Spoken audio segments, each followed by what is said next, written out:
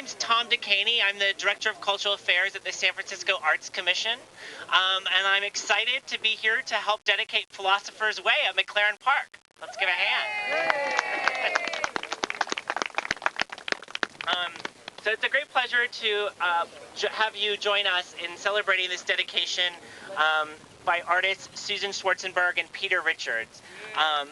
Let's give them a round. And I'm very happy that the artists Susan and Peter are here.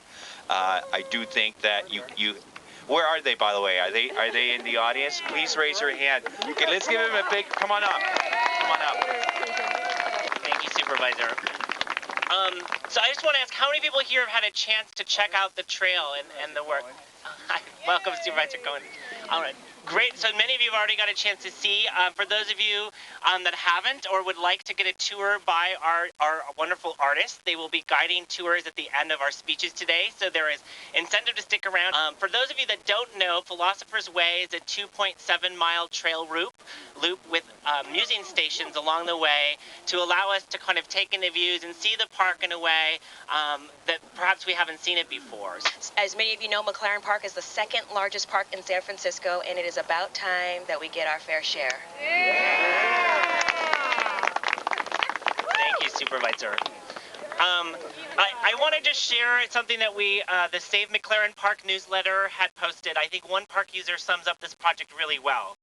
The views have always been here. It took the trail to let me see them. So we want to thank all the volunteers and supporters of the park and of this project.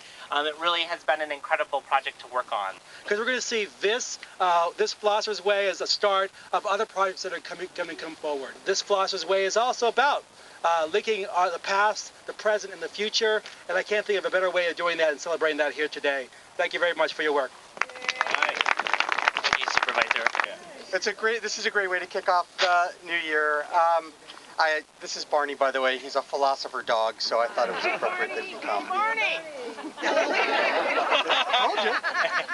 But I wanted to talk a little bit about the trail, the 2.7-mile loop, which was built with your sweat. It was built with over 2,500 hours of volunteer time and over 800 hours, Kira, right? Over 800 hours of staff time. And now I think the important people we want to hear from, the visionaries of this project, are artists who helped conceive of this idea and see it to fruition. I'd like to invite up Susan Schwarzenberg and Peter Richards.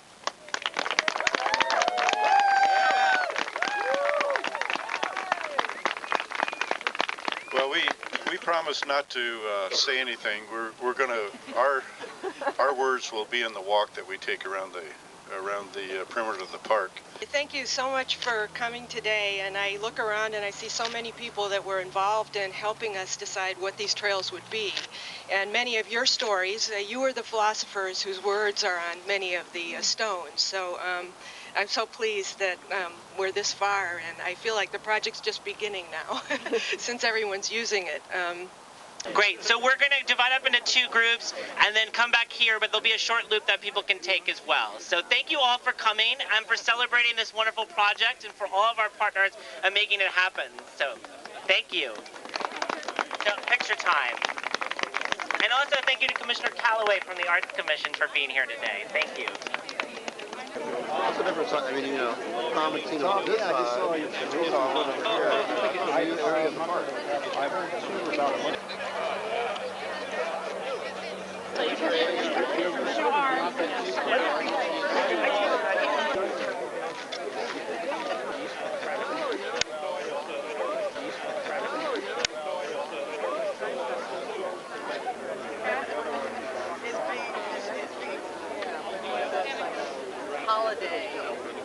So I thought what I would do before we go any further is just talk a little bit about where the idea came from and how it developed.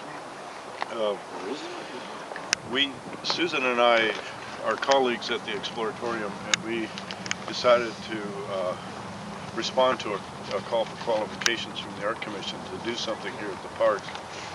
And we won the competition. We all voted in the neighborhood. That's right, you did. We made presentations to the neighborhood.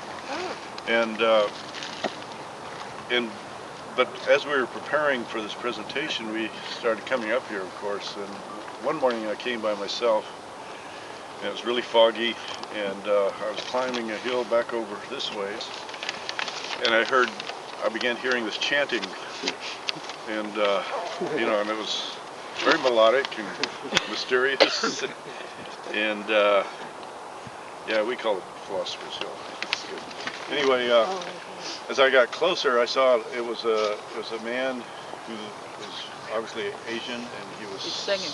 He was singing in a language that I didn't understand, but it looked like he was really working through some problems, or he was doing something in the cerebral, and he didn't stop when I came to the top of the knoll, and he just kept going. He was kind of pacing back and forth, and for some reason or another, that triggered a memory of a place that my family and I visited in Kyoto, this Philosopher's Way, or Philosopher's Walk, which is a path between a university and a philosopher's home, and he would walk along this path every day and think about things, and it's been institutionalized, so it's a tourist attraction at this point.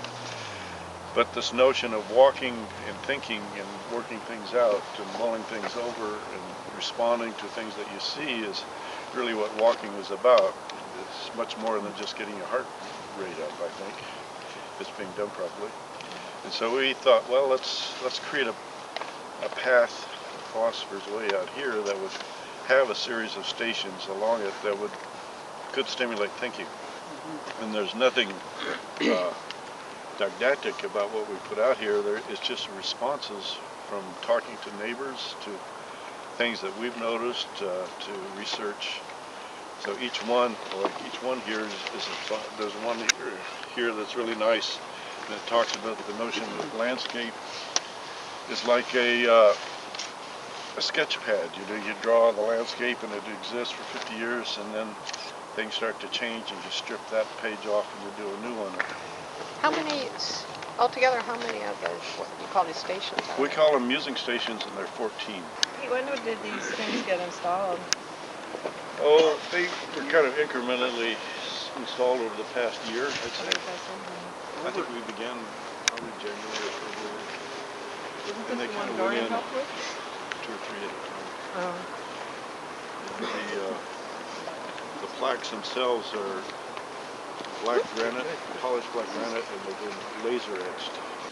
When we started working on this project, we did look at the possibility of making some of the trail accessible, and we worked with the Mayor's Office of Disabilities, and we did identify the loop that we were just on as being somewhat accessible. I don't think it meets the code, but it is navigable.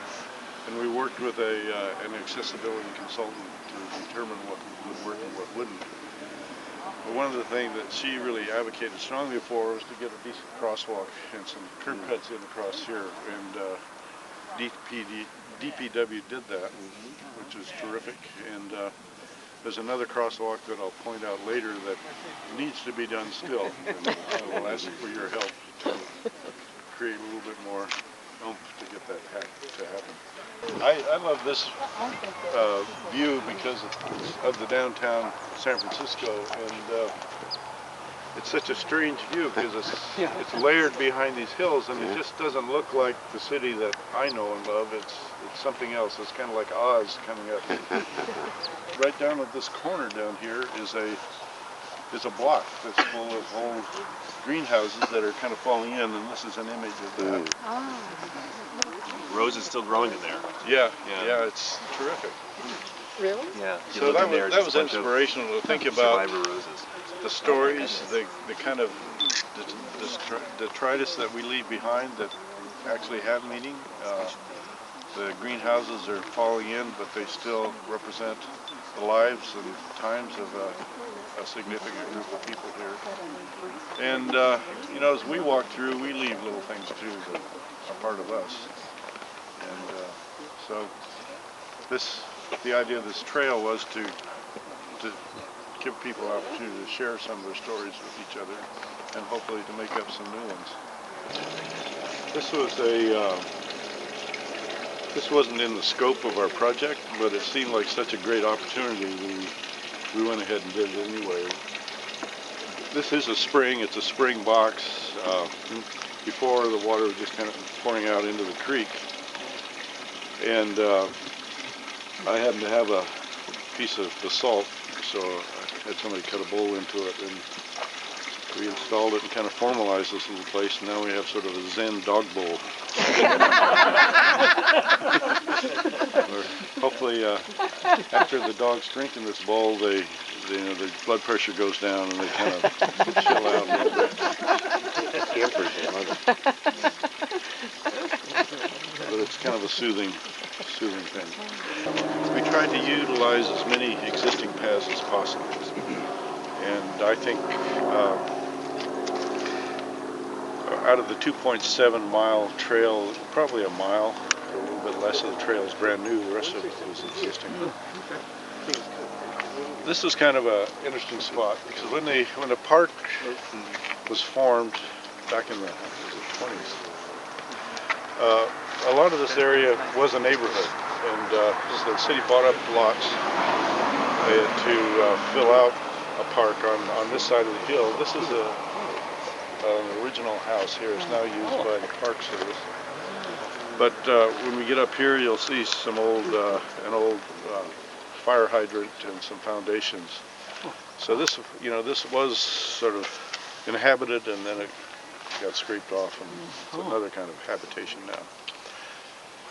And also I'll mention that Jerry Garcia grew up in this neighborhood, and there's an amphitheater up here that we won't go to, but it's called the Jerry Garcia Amphitheater, and they have a hoedown. The Jerry Garcia fans have a big party up here in the summer every year, and it's Jerry Day. Jerry Day, First right? Sunday in August. Is it? Some of the markings need a little adjusting, but otherwise it's really nice. So it's wonderful. Thank you, Peter. Thank you. Great. Bye, Sean. If you're not in a hurry, tag along. All right, we'll take care. You knew him. You can tell us stuff. Yeah, we're doing the old Photographer. She came down. This stuff is showing up all over the place. Yeah. Carol. Here with all these Way up houses on the yeah. So, like, I've never seen where that could possibly must be used.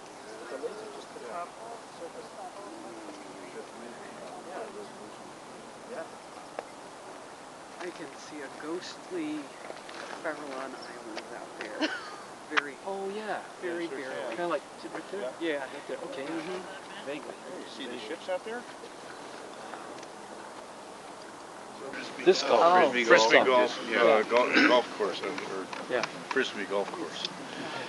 And several years ago, they somehow managed to get a positive nod from the park commissioners, but they didn't really go through the process. They didn't check with the neighbors of the park, the friends of the McLaren.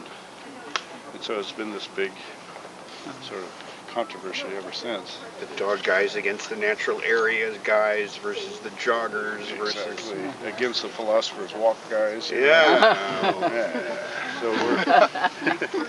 So anyway, I don't know how it's going to end up. So it's supposed to be here? So this marker is for a tee, as in a golf tee? This is like a tee or Oh, that was going to be where one of these. Yeah, they laid the basket. We'll see a couple more.